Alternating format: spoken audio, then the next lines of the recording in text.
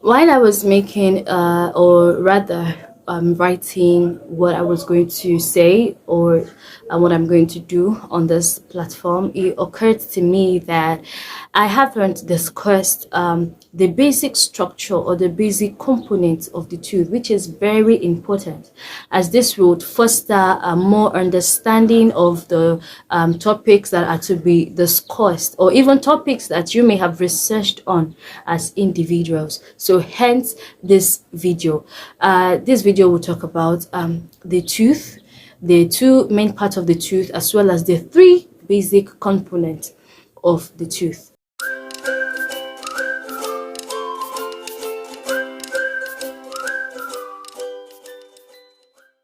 I would describe the tooth like a car. So we all have seen a car. I am going to make my description likened on my description of the tooth likened to that of a car. Now, when you have a new car, you just got a new car, you went to the car stand and you said, okay, yes, this is the kind of car I want to buy. Then you purchase the car. After purchasing the car and you just stand there. The car won't move. The car won't get home by itself. The car won't drive itself out. It would need something else to get it. And you may say, oh, okay, let me get a driver that would drive the car. Then you get a driver. That's a fantastic idea. You get a driver to drive the car, and the driver comes and he kickstarts the car and nothing is happening. He tries again, and nothing is happening. He goes for the third time, nothing is happening. And you're like, oh, what could be the problem? I have the car, I have the driver. So what is the problem?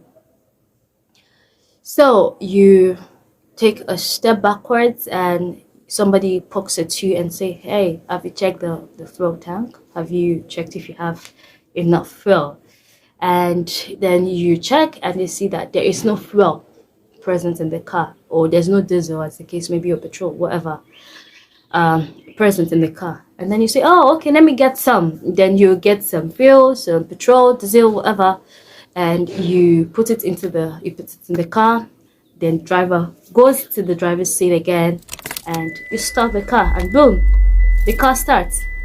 Wonderful, right? You can now drive the car to wherever you want to take it to your house or whatsoever. So now for the car to work, you needed the car. You cannot get a driver when you don't have a car present. You needed a car. You needed a driver, could be yourself or somebody else. And you need that fuel in order to make the car work. And also, you know that the car would need maintenance often and on to be able to sustain the life, the strength of the battery of the car, and so that the car could last longer and better in a good position for you. So that is the same way I'm going to liken the tooth to the car. So basically, when you look at the image displayed in front of you, you can see that there's a bracket that illustrates two parts on the left hand side, which is the crown and the root of the tooth. The crown is the visible part of the tooth, the part that is visible to the eye that you can see, and which is above the gum level. And when you look at the lower part, you can see that you have the root present there. The root is the part that is embedded in the gum. So for persons who have done like an extraction of a whole tooth, or maybe you've been opportunity to see a full tooth being extracted, you would understand better what I'm talking about. But here, this image is actually the image of a tooth, so you can just imagine that you're actually seeing a live tooth. And when you look at the right hand side, you can see various parts of the tooth as well. You have the enamel, the dentine, the pulp, the cementum, the gum, which is also known as the gingiva. You have the nerve vessels, the blood endings, and whatnot. So those are the various parts of the tooth. But today we'll be considering and talking about the three major parts of the tooth, the three major parts that needs the car, that makes up your driving experience, your tooth structure. So the first one we're talking about today is the enamel. As you can see on the screen, we'll be talking about the enamel. So what is the enamel? The enamel is like the car. The enamel is the beautiful part that you see when you smile. Oh, you have really nice teeth. Oh, your teeth are so white. Oh, your teeth are well arranged and all that and all that. That is called the enamel. So the enamel is like the body of the car. So the enamel is the outer covering of the tooth. It covers the other parts of the tooth structure. So basically, the enamel rather contains what we call the hydroxylapatite crystals. So the hydroxylapatite crystals is what gives it that glossy shine, that beautiful feeling. When you run your tongue over your teeth, you can see how smooth it is. So yes, that is the work of the hydroxylapatite crystals. And also the concentration of the hydroxylapatite crystals on the tooth actually makes the tooth the hardest, hence making it to be called the hardest substance in the human body. Yes, if you're just getting to know that, congratulations. I used to be like that. I used to think that bones were actually the strongest, or rather hardest part in the human body, but no, the tooth is the hardest part, or hardest substance in the human body. And this is because of the high content of the hydroxylapatite crystals on the enamel. So yeah, so that is the enamel. It's the covering of the tooth. It protects the other layers of the tooth. It is the hardest substance in the human body because of the hydroxylapatite crystals. Just so you're wondering, what are hydroxylapatite crystals? Well, these are like, the hydroxylapatite is a compound name for the reaction that was formed from various elements like calcium hydroxide, phosphate. So when they come together, they form what we call the hydroxylapatite crystal. So hydroxylapatite is just like a compound name. So yeah, that is the enamel. Like I said, the enamel is like the card, the beautiful part that you can see. You use it for your chewing, use it for biting, you use it for tearing and stuff. We'll go to the second part of the tooth, which is the dentine, and I will liken the dentine to the driver. Yeah, so I'm going to liken the dentine to the driver. So when the driver gets into the seat, he starts the car, but the car isn't working, right? Yes, so but he has to be present in order for the car to move. So the dentine is actually the part that is directly underneath the enamel. It is the second layer of the tooth. Basically, it also contains the hydroxylapatite crystals, but not in so much content. It's not in so much quantity as compared to the enamel. So when you have the dentine, you have the hydroxylapatite crystals, you have the organic matter that it also contains, and you have water. So that is the dentine for you. Also, one important thing to note, the dentine is what gives the tooth its color. Yes, not your enamel. Nope, not your enamel. Your dentine gives the tooth its color. Now, the dentine is yellowish in color. So what happens when I hear people say, oh, why is my own teeth yellow? Why is my own teeth white than this person's teeth? Why is my own teeth color brown? Although there could be some cases where your teeth color is brown. If, for example, your mom used to take tetracycline, for instance, we have what we call the tetracycline staining. Yeah, so that is for that. But yes, some persons naturally just have yellowish tooth or brown tooth or even white teeth, and here is the reason why. Like I said, the dentine is yellowish in color, but for some people their enamel is quite dense and hard. So what happens is that the dense nature of the enamel tends to compress the yellowish color of the dentine. So instead of the dentine to reflect, because the enamel is a bit transparent, so instead of the dentine to reflect its color so much on the enamel tends to what?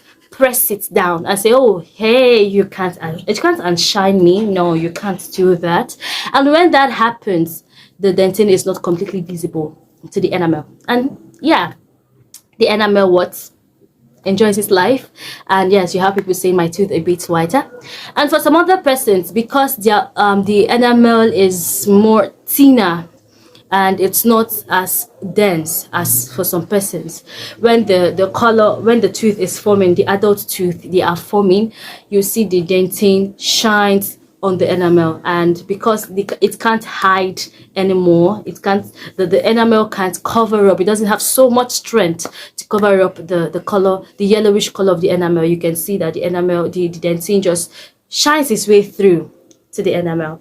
And yes, you have some people having yellow, oh, I have yellow teeth, I have that, and I have this. So this what happens most especially when you become adults, because you don't get to figure out the color of your teeth when you're still a child, because your enamel hasn't even developed at the time. So you get to figure this out while you are growing, while your dentine is forming. So when you have completely become an adult, your dentine has completely formed. Yes, your enamel has formed. Yes, you now be able to decipher, oh, I think my own enamel is dense and that is why I'm having whiter teeth. Oh, I think my enamel is lighter or is thinner and that's why my teeth are yellow, because it cannot cover up the color of the dentine. So basically, that is the dentine. I would liken it to the car because it has to be there to also do its work. But yet, like I said, just the car and the driver won't be enough. Just the dentine and the teeth and the enamel won't be enough. There has to be a driving force. So that will bring me to the last part of the most important structure or most important component of the tooth structure, which is the pulp. Yes, so I will liken the pulp to the fuel or to the diesel or to the petrol, as the case may be. So yes, I would say the pulp is actually the life of the tooth, just like the fuel is the life of the car. Likewise, the pulp is the life of the tooth. So the pulp is a mass of connective tissues that reside or that stay in the center of the tooth. So as the image as you've seen, you can see the pulp there in the middle. It is just there underneath the dentine. So it's what forms the life of the tooth, and that is because it contains nerves, it contains blood vessels, it contains tissue, it contains nerve endings, and so on. Yeah, so this is what gives the tooth the life. Yeah, so that is the pulp for you. If whatever that will affect the pulp so much would affect the rest parts of the tooth. So that is why these three have to work together in order to give you a healthy tooth, just like the car, the driver, and the fuel. So that is the same thing with the enamel, the dentine, and the pulp. So you should just know that these three main parts makes up your tooth structure, and that is why we advise that you often get dental treatments every 6 months or at least once in a year. Just like you checkmate your car, you do car maintenance and stuff, you have to also do teeth maintenance. I don't want to say car maintenance. You also have to do teeth maintenance in order to make sure that the parts that you can't see, the parts that are not visible to the eyes, they are also okay and they are doing really fine down there. So that is that for that. I hope we are able to understand better on this subject, because it's going to be like the basis for other topics, or even some of the topics I had discussed previously. So just so that we understand better, when somebody says pulp to you, when somebody says, oh, your pulp is infected, oh, your dentine is infected, oh, you'll be able to understand what the person is talking about, and you won't say, I don't even understand what this doctor is even saying. So when next you go to your dentist and your dentist tells you your enamel is infected, your this, or you can also tell them, okay, I think I understand what you're actually talking about. So that is that. Thank you for joining us in the session.